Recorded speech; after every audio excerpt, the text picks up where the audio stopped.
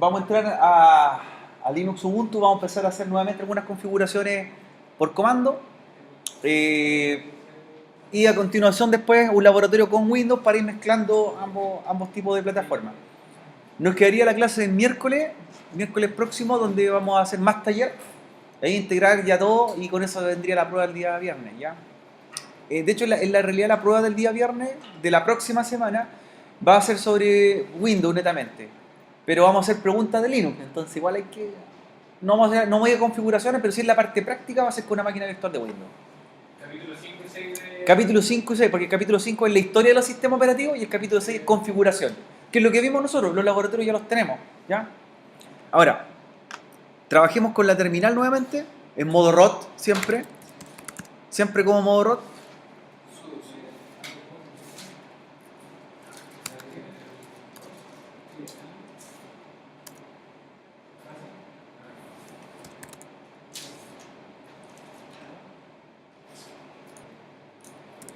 ¿Cierto? Pasando a modo ROT con el comando sudo su. El comando sudo es el comando de autorización, ¿cierto? Es una orden en realidad. Si yo le digo, por ejemplo, sudo ufw, le estoy diciendo disable, baje el firewall. Baje el firewall. Haga esto, suba esta tarjeta, configure tal cosa. Sudo es una orden que mandamos como un ROT nosotros, ¿ya? Ahora, con sudo su, lo que le estoy diciendo es cámbiese a superusuario, ¿cierto? Cámbiese a superusuario. ¿Y el superusuario cuál es? ROT. Entonces pasamos a nuestra contraseña y estamos como ROT. Perfecto. Lo que vamos a hacer ahora, señores, es empezar a configurar, ya como ayer hicimos creación de carpetas, ¿cierto? Vimos algunos comandos, ver cómo yo administro los recursos dentro de la máquina y con respecto a rendimiento, ¿ya? En Windows, cuando nosotros queremos trabajar con rendimiento, con recursos, y por ejemplo, si nos está pegando alguna aplicación, ocupamos el Task Manager o administrador de tareas. Y ahí nosotros vemos, la aplicación X, como por ejemplo Google, me está ocupando Google Chrome un 50% de RAM y tengo una parte de disco duro, ¿cierto?, casi llena, y por lo tanto debo detener ese proceso. ¿Ya? Ahora nosotros acá lo vamos a hacer, pero por comando. La diferencia en Windows con Linux es que en Windows los procesos son tareas que trabajan en segundo plano y se llaman procesos, ¿cierto? Son tareas que están ejecutándose en la máquina para que funcionen perfectamente el sistema operativo. En Linux, esos procesos tienen otro nombre. Se llaman daemons o demonios. O sea, cuando hablamos de tareas de segundo plano, vamos a hablar de los demonios. Demonios de segundo plano, daemons. ¿Ya? ¿Qué función cumplen? Las mismas funciones que cumplen las tareas de Windows. Trabajar en segundo plano para ejecutar tareas del sistema operativo. ¿Ya? Hasta ahí es todo igual. El nombre cambia, pero el objetivo es el mismo. La diferencia, gran notoria, está entre los procesos, ¿cierto?, y los demonios. Y los procesos son de Windows, los demonios son de Linux. Es que los procesos son jerárquicos. Por ejemplo, si yo cierro un proceso o detengo un proceso en Windows, lo más probable es que ese proceso está relacionado con otro y con otro. Por lo tanto, termino cerrando, por ejemplo, el audio, porque se me pegó una aplicación de audio en Windows, y termino cerrando la pantalla, ¿cierto? Va en jerárquica. Un proceso depende de otro. Entonces, si cierro uno, es una cascada. En Linux, los demonios son autónomos. Entonces, si yo cierro un demonio, solamente le afecta a ese demonio. Por ejemplo, tengo problemas en el navegador. ¡Pum! Cierro el demonio del navegador. ¿A quién más le afecta? Al navegador. Y el sistema sigue funcionando. Ejemplo Windows. Supongamos que tengo problemas con un controlador, con un driver en Windows. Y cierro ese driver y me da pantalla azul y se me cae mi sistema operativo completo. ¿Ya? El kernel panic o crash kernel, que también se le llama. ¿Ya? ¿Qué pasa? Pasa muy constante. Entonces termino con una tarea y me termina afectando en otra cosa. En Linux no es así. En Linux, por ejemplo, si tengo problema con una tarea que tenga que ver con el escritorio gráfico, se cierra el escritorio gráfico, pero el sistema sigue funcionando. ¿Ya? Son autónomos. No dependen uno del otro. ¿Ya? Esa es la gran diferencia. Ahora, ¿cómo los vamos a trabajar? ¿Cómo los vamos a ver? Con algunos comandos. ¿Ya? Bien extremos. Lo primero es que en la terminal, en modo error, vamos a ejecutar un comando para ver qué está pasando. El comando es top. Ejecuten top en la terminal. Ejecutando el comando top, ¿de qué se dieron cuenta? ¿Qué aparece? Temperatura, memoria RAM, procesos, que son los daemons, ¿cierto? Servicios que se están ejecutando y todo en tiempo real. ¿Ya? Algunas tareas están en ejecución, otras están en espera, etc. Entonces los daemons para nosotros son tareas de segundo plano, aquí están todas. ¿Cómo las identifico? Los daemons tienen un código que se llama PID, que es la primera columna, ¿cierto? Process ID, que tienen todos un número. La primera columna a la izquierda es el número de proceso demonio. Luego viene el nombre del usuario que inició ese proceso. Por ejemplo, tú primero arrancaste como Jonathan y se levantó Compis, que es el escritorio gráfico. Luego te pasaste a ROM y empezaron a ejecutar esa tarea, ¿cierto? En mi caso lo mismo, fíjense. Inicié sesión con mi usuario de Orellana, se levantó el escritorio gráfico Compis, que es todas las pantallas, ¿cierto? Toda nuestra interfaz. Luego, como ROM, se me están levantando otros demonios o procesos. Y por ejemplo, se me levantó Genome, que es el escritorio ya visual, Genome. Luego, tenemos cuánto me están utilizando en CPU y cuánto en memoria. O sea, yo veo el rendimiento de mi máquina. Bien, lo que vamos a hacer, vamos a dejar abierto con el comando top, el monitor de demonio, y vamos a abrir el navegador Mozilla. ¿Cierto? Doble clic sobre Mozilla Firefox. Si cerrar la pantalla, un clic sobre Mozilla Firefox, se abre el navegador. Y lo que vamos a hacer es que ustedes tienen que identificar en el monitor de demonios qué número es el proceso de Firefox. Tiene un número y cuánta RAM está ocupando, ¿cierto? Aparece. Aparece en tiempo real. Por ejemplo, aquí me dice, abrí Firefox, me dice que mi proceso es el 1841, lo anoto, porque necesito saberlo, para una tarea que vamos a hacer ahora. Son números aleatorios según la cantidad de demonios que se están ejecutando. Anótenlo, ¿cierto? Aparece su... ¿Y cuánto está ocupando en RAM y cuánto en CPU? En mi caso ocupa 3,7% de procesador y 15 megas de RAM, o 15% de memoria RAM.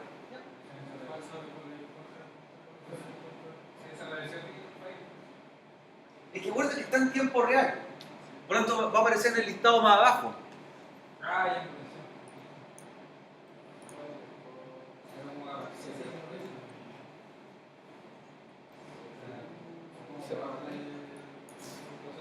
Ahora, lo que vamos a hacer es detener este monitor de proceso, porque ya identificamos qué queríamos. Control C. Control C. Y lo que vamos es a eliminar, o en realidad a detener la ejecución de un proceso que está quizá no en uso o no queremos que siga funcionando. Queremos cerrar el Mozilla Firefox. Así de sencillo. Ahora, ¿cómo lo hacemos? El comando para detener un proceso, o demonio en este caso, es matar un demonio, así es textual, matar un demonio. Y el comando es kill. Entonces ejecuto el comando kill, matar, espacio -9, espacio guión -9, el -9 es el parámetro máximo, con -9 yo detengo, ¿ya? Y luego espacio y el número de proceso que tiene el que usted quiere detener. En mi caso el 1841. Entonces, kill, espacio -9, espacio proceso, lo ejecuta y ¿qué pasa? Se cerró. Se fue el Mozilla. Ya no está.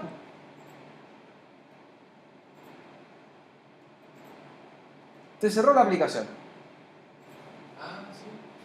Entonces ahora, si ponemos top, no debería estar. No debería estar. Si ejecuto top, no debería estar. Ya no está Mozilla, porque lo cerramos matando el proceso directamente por consola. Entonces sí, yo podría haber procesos que no lo necesito ejecutar y lo voy matando uno en uno.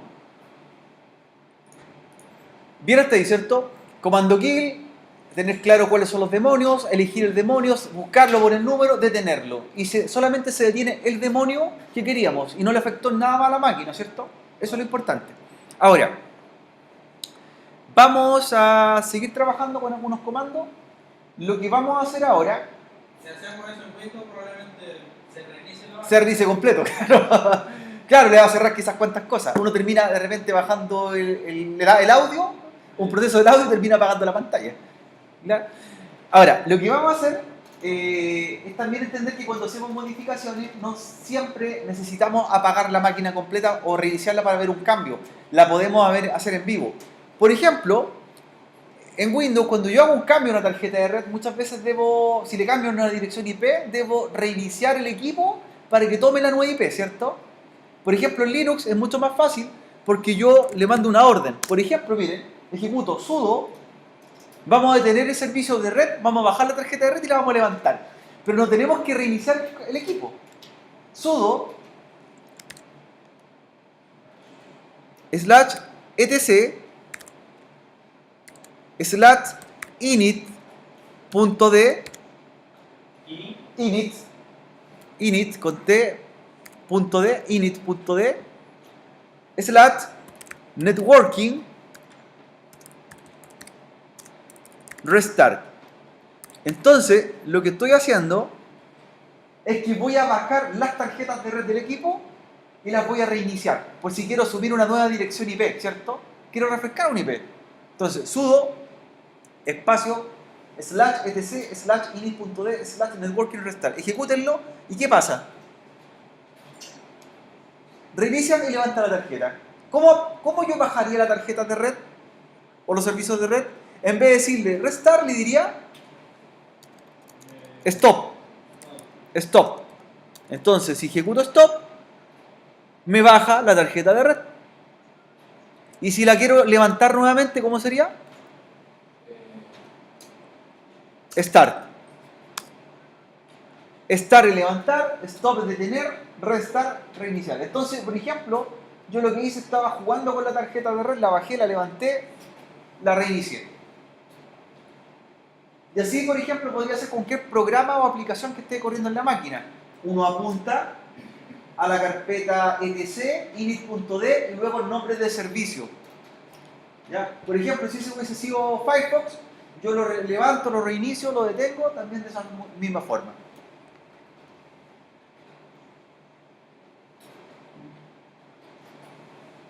Entonces sí, bajo y levanto servicios sin tener que apagar mi equipo.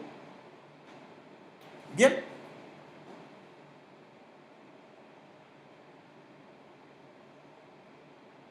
Ya, la siguiente tarea, nos quedan 2 tareas más por realizar. La siguiente tarea es que ahora sí vamos a ocupar el Windows, ¿ya? En paralelo con el Linux. Entonces dejamos descansar un minuto el Linux y encendemos la máquina Windows. En esta tarea de integración lo que vamos a hacer es que vamos a compartir recursos entre ambas máquinas. Esos recursos podrían ser carpetas compartidas, impresoras, incluso más allá podríamos hacer una conexión remota entre ambos, ¿ya? Y totalmente convivan uno con el otro. Así que vamos al Windows primero para hacer las configuraciones. Luego vamos a hacer Linux y vamos a ver cómo funciona nuestro taller.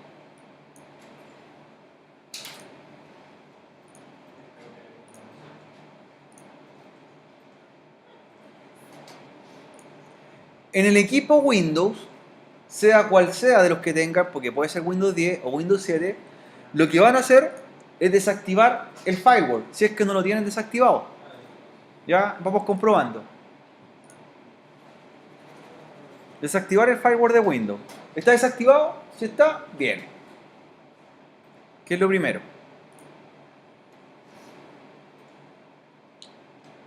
La segunda tarea que vamos a realizar en el Windows,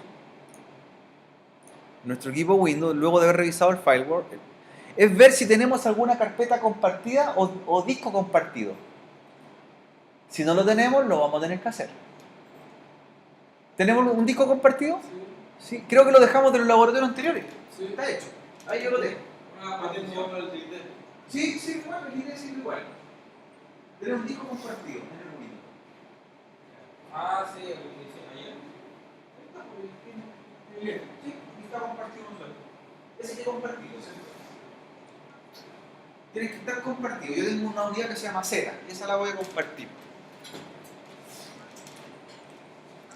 Tiene que estar compartido alguna cuenta que tengan creada.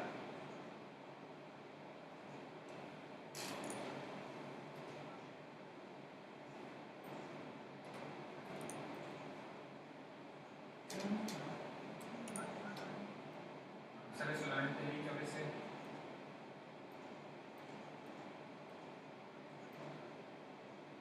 Ya, esa máquina la ocupó, estaba hecha, ¿cierto? Uno va. Tiene que crear un usuario entonces.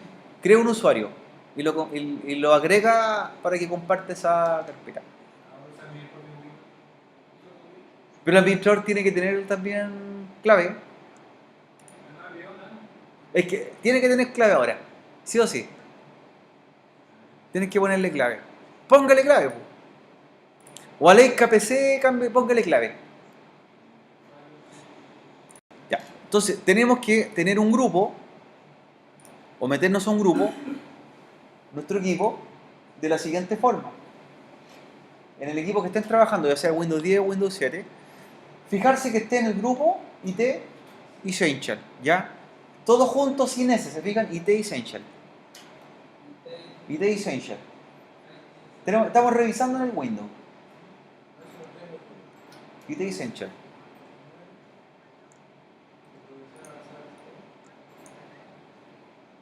¿Está en el grupo? ¿Su Windows?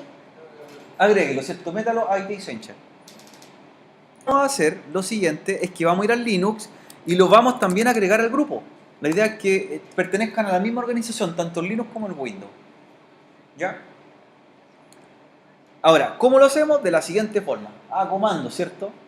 En el Linux. Ahí reinicia la máquina Windows, ¿cierto? Déjenla reiniciando mientras vamos al Linux a agregarlo al grupo.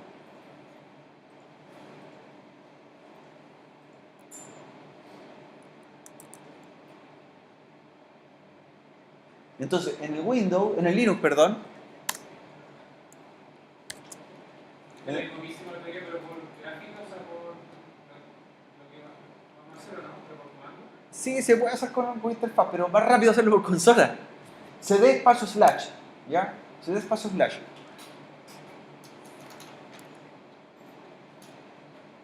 ls para ver las carpetas. Y vamos a ver que la carpeta de configuraciones, donde están los programas y aplicaciones, se llama etc. cd espacio slash. Vimos etc, ¿cierto? Aparece etc. Y tenemos que entrar a etc. cd etc. cd etc. Y un ls. Y un ls. Ya. Y lo que vamos a editar es un archivo. Hay un archivo que se llama hostname. Hostname. Y lo vamos a editar con el mismo editor de ayer. ¿Cuál era? Nano. Entonces sería nano, espacio, hostname. Ahí está. Nano, espacio, hostname. Con ese code. Está escrito ahí, aparece. Hostname. Ah, ya. Hostname. Tiene nombre igual. Claro, entonces lo abrimos y está el nombre actual de la máquina. La idea es que le vamos a cambiar nombre a la máquina. Le podemos cambiar, pero lo que esencialmente tenemos que meterle al grupo. Que pertenezca al grupo IT Essential, ¿cierto? Usted puede dejar el mismo nombre si quiere, ¿cierto? Puede dejar el nombre de la máquina, pero metámosla al grupo IT Essential. ¿De qué forma? En Windows había que ir a cambiar el grupo, de World Group al grupo nuevo. Acá lo que hace usted, va al final del nombre, punto, y escribe el nombre del grupo.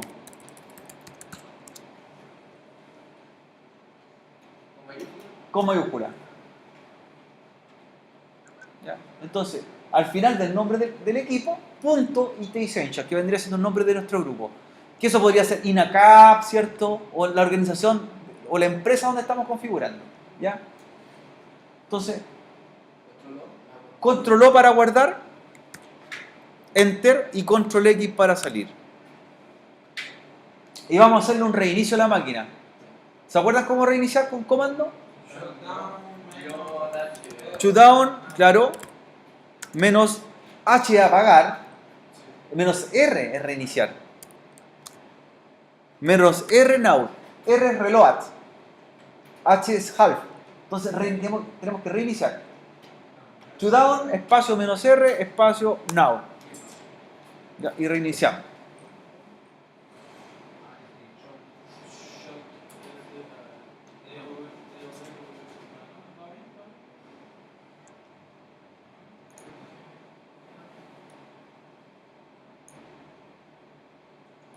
Te voy a preguntar si lo que estábamos haciendo era lo mismo que hicimos ayer en el punto de examinar red o no. ¿Sí? Eso viene a hablar, claro, ver los equipos de la red. Pero ahora vamos a hacer algo más que ello. Vamos a entrar a los equipos, vamos a empezar a ver carpetas. Incluso podríamos conectarnos remotamente.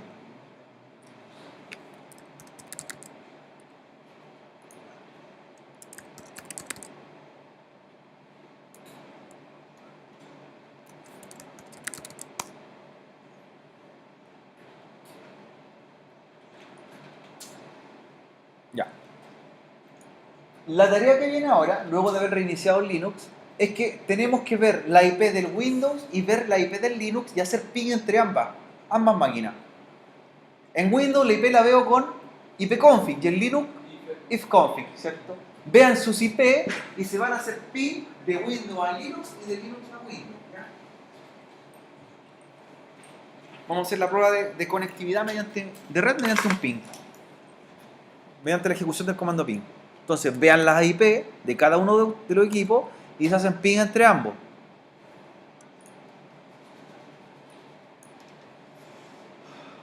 Video 0 recibido, 18 errores, 100% de paquetes perdidos. Imposible resolver la primera VirtualBox que tiene sentido.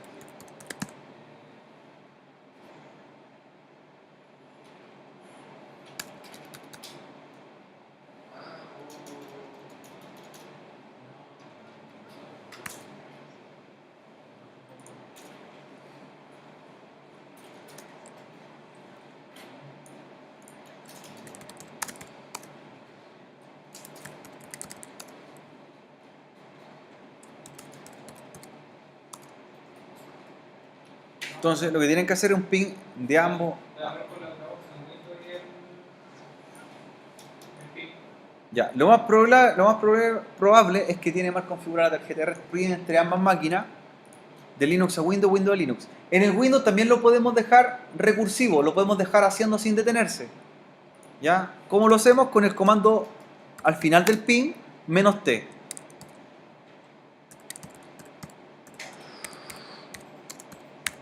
Entonces va a ser un ping de Windows a Linux y de Linux a Windows.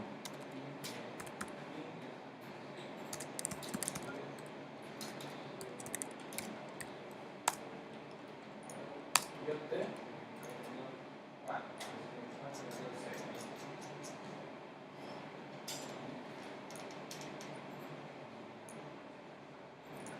Ya. Luego detenemos el ping en ambos sentidos y ya comprobamos, nos aseguramos que funciona correctamente, ¿cierto? Ahora, vamos a hacer las pruebas a lo que queremos llegar. Vamos a tomar o ver si podemos llegar a la carpeta compartida que está en Windows o el disco de Windows, ¿cierto? ¿Cómo lo hacemos? En Linux vamos a la pestaña que dice archivo, ¿cierto? El explorador de archivo. Vamos a ir a examinar red.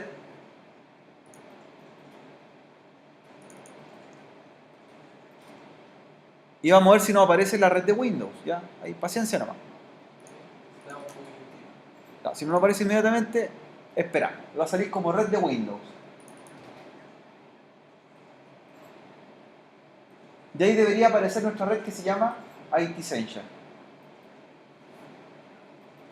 IT Essential. Y ahí van a empezar a aparecer las máquinas que pertenecen a la red, las máquinas Windows, ¿cierto? Veo Leica PC, que es de Carlos, veo RACM, que es de Rafael, veo Jonathan, que es de Jonathan, y ahí está la mía, que es de Orellana, ¿cierto? Empiezan a aparecer.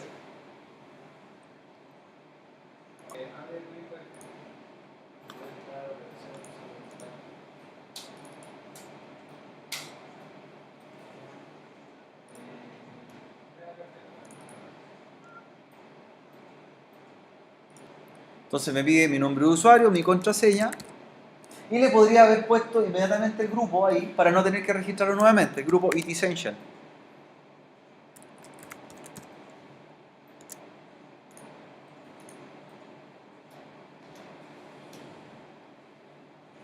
Ahí va a ver las unidades que tiene el equipo Windows y se conecta a la carpeta o disco compartido que tiene en Windows. Oye, por ejemplo, las carpetas que veo en Linux a Windows, en Windows aparece automático.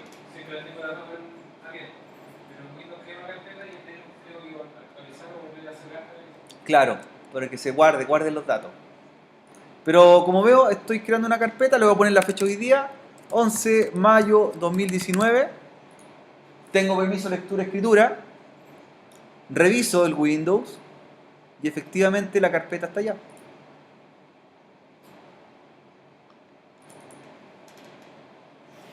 Está.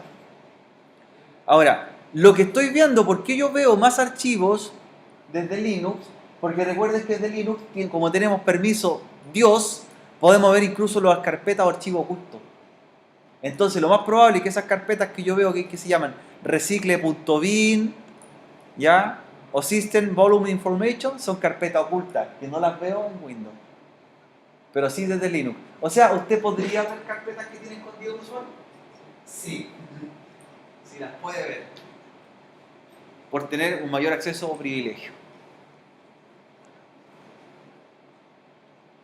Ya, ahora lo vamos a hacer al revés.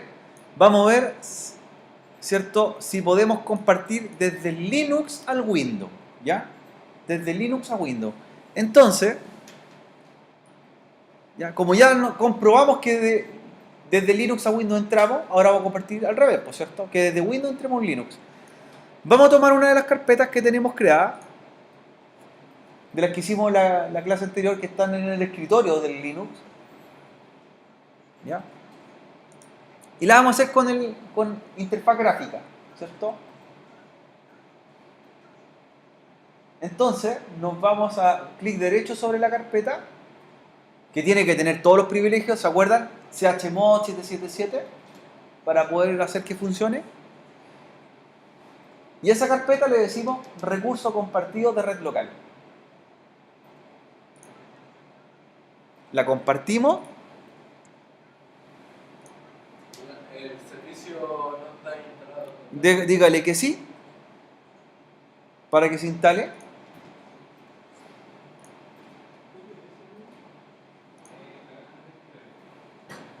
paquete Samba es virtual. El paquete IF Ah, nos falta reinstalar algo.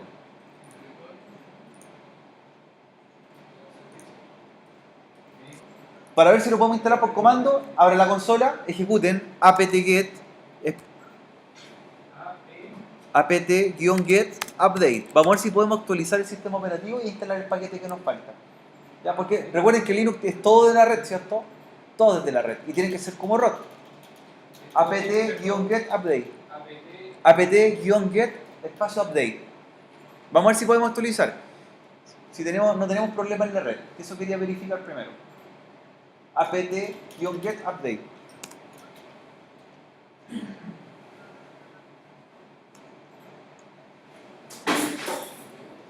Ya, vamos a saltar la compartición. No vamos a instalar los paquetes por la red. No puedo descargar el paquete Samba. Pero sí vamos a hacer otro. ¿Ya? Si bien si tenemos compartido en Windows, no habría problema. Comparto a Windows, ¿cierto? Queríamos hacerlo al revés.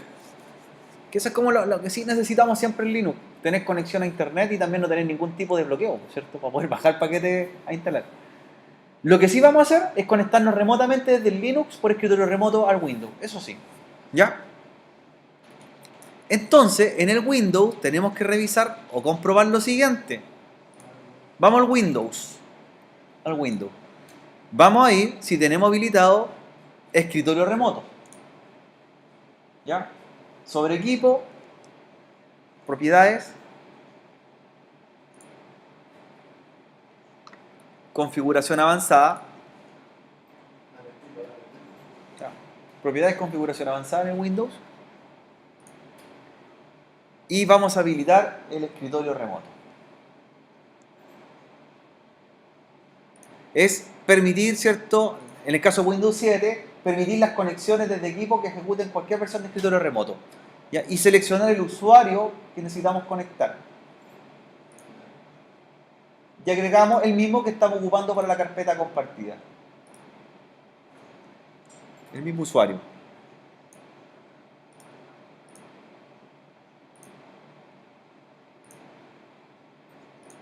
Aplicar y aceptar. Eso es con respecto a Windows 7. Vamos a ver en Windows terminando esta parte. Lo que vamos a probar es desde el Linux la conexión al Windows.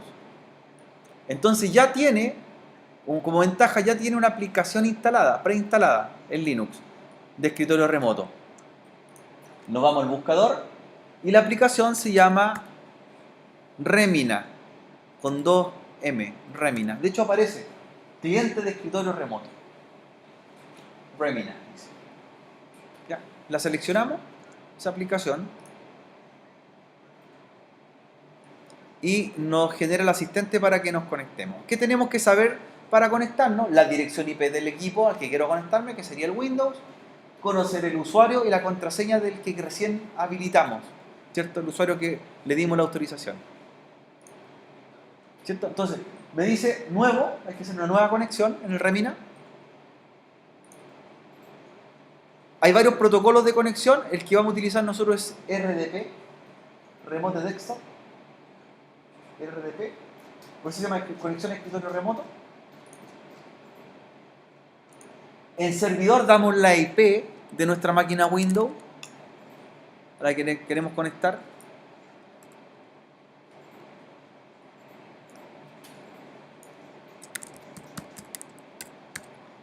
El nombre de usuario con el que autentificamos la conexión hace un momento atrás, al que le permitimos conectarse por escritorio remoto, la contraseña. Y le decimos conectar. ¿Cierto? Le decimos conectar. Nos va a pedir una autentificación, nos dice aceptar certificado de conexión. Y ya estamos en el Windows desde Linux. Ahí lo pueden conectar. Creo que sí. Ahí estamos, ¿ves? ¿Se acuerdan que hicimos el otro día conexión a escritorio remoto? ¿Cierto? Es de Windows a Windows, ahora lo estamos haciendo de un Linux a un Windows. Y estamos en el Windows, realmente. ¿Qué es la diferencia tan rápido en Linux? O sea, que Windows era Windows. Es que baja un poco lo que es la interfaz, fíjese, el tipo de resolución.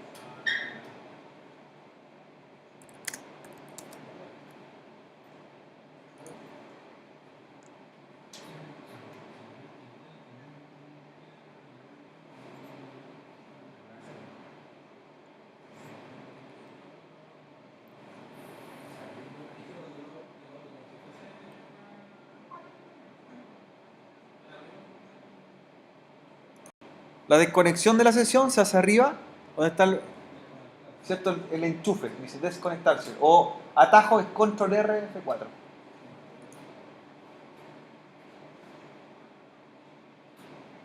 ¿Qué tal? ¿Bien? Ya. La última tarea que vamos a hacer, ¿cierto? El último laboratorio, porque avanzamos bien rapidito en el laboratorio, es instalar dos sistemas operativos en un solo computador. Un dual boot. Ah, que en la misma computadora tenemos.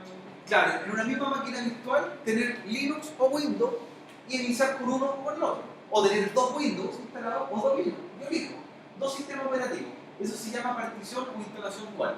Dual boot. ¿Ya? Se ocupa bastante hacer instalaciones dual boot. Por ejemplo, mira, antiguamente se hacía acá que los laboratorios eran compartidos. Los laboratorios tienen acá. Entonces, al lado, en el laboratorio 5, teníamos que usarlo con las otras carreras, con administración, por ejemplo, con mecánica. Entonces, ¿qué pasaba? Que se instalaron dos sistemas operativos, uno con Linux, o sea, el mismo computador, con Linux y con Windows. Entonces, en Windows están todos los programas de las otras carreras, mecánica, administración de empresas, todo software y su archivo. Y con Linux, la partición con Linux estaban los de informática. Entonces, llegaron los de informática y iniciaban con Linux y trabajaban en su partición. Terminaban, ¿cierto? Pagaban su equipo, después llegaron los alumnos de otras carreras, iniciaban y empezaban con Windows. ¿Ya? Yo podría tener dos sistemas operativos en mi computador, por ejemplo, uno con los programas que ocupo para educación y otro para jugar o para entretenimiento, ¿cierto? Tienen dos plataformas distintas. ¿Ya? Así que lo que vamos a hacer ahora es esa instalación, que lo que se llama dual boot, o partición dual, en el mismo equipo. ¿Ya? Apaguemos Linux, ya no lo vamos a ocupar más, este Linux. Y para hacer la partición dual o dual boot, lo vamos a hacer sobre una máquina virtual Windows, ¿ya? Que ya tiene Windows instalado. Puede ser que ya tiene, ¿cierto? Podemos dejar el Windows que ya tenemos actualmente. ¿Cómo se llama? ¿El Linux lo cerramos? Sí, lo apagamos. Lo apagamos. Y vamos a trabajar sobre un Windows.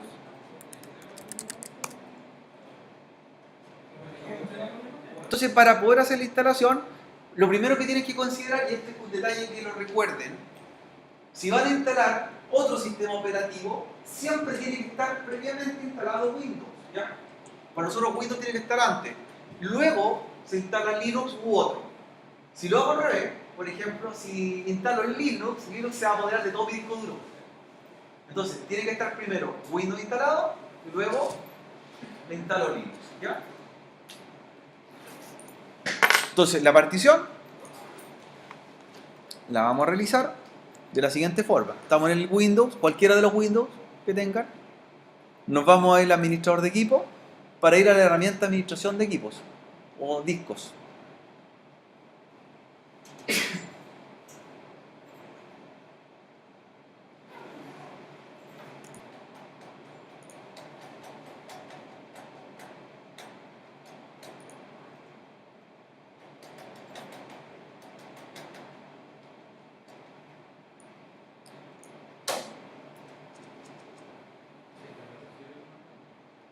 Entonces lo que voy a hacer,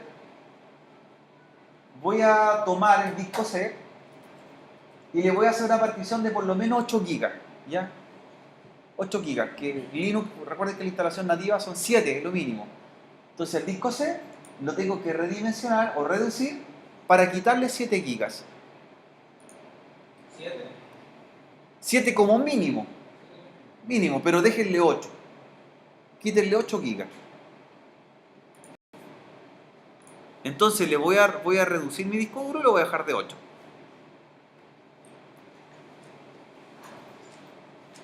En caso que quisiera dejarlo todo en cero, tendría que expandir. Expandir, claro, para ocupar todo el espacio disponible. Y van a considerar es que cuando nosotros tengamos dos sistemas operativos simultáneamente, y por ejemplo tengo Linux y tengo Windows, desde Linux yo voy a poder ver todas las carpetas y archivos que están en Windows, en el mismo disco duro. Todo, incluyendo los archivos que vimos hace un momento atrás, oculto, bloqueado, todo eso. Ahora, si lo quiero hacer al revés, estoy en Windows y quiero ver dónde está Linux, no veo nada. No existe, para Windows no existe Linux, en ninguna parte. Ahora, ¿qué significa? Que podría, ¿cierto?, tener archivos privados y documentos privados en la partición de Linux. Y trabajar con Linux para la información personal. Y Windows para el uso público. Así como pensando en cuál sería la utilidad que yo le daría. Entonces cuando tenemos una partición de mínimo 7 GB, yo le hice un poquito más, apago mi máquina virtual.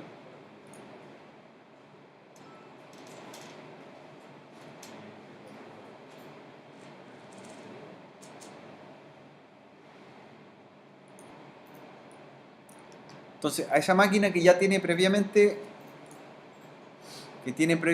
Windows, yo lo que necesito es montarle Linux, ¿cierto? Instalarle Linux. Entonces le voy a montar el ISO de Linux para hacer la instalación en paralelo o compartir recursos a ambas máquinas, ¿ya?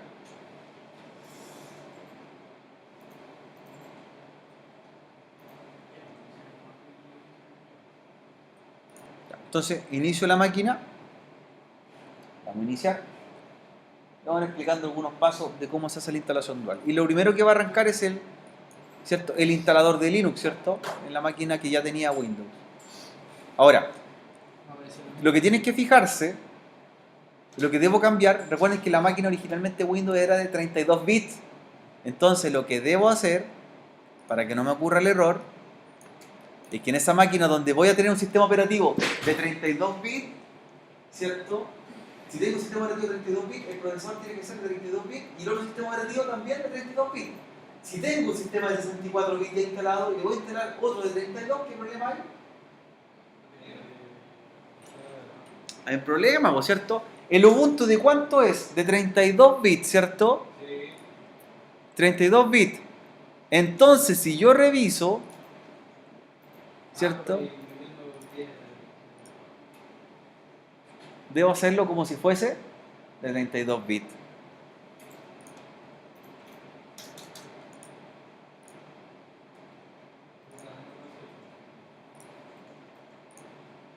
¿Cómo diferencia una distribución de 32 a 64 bits? ¿Se acuerdan?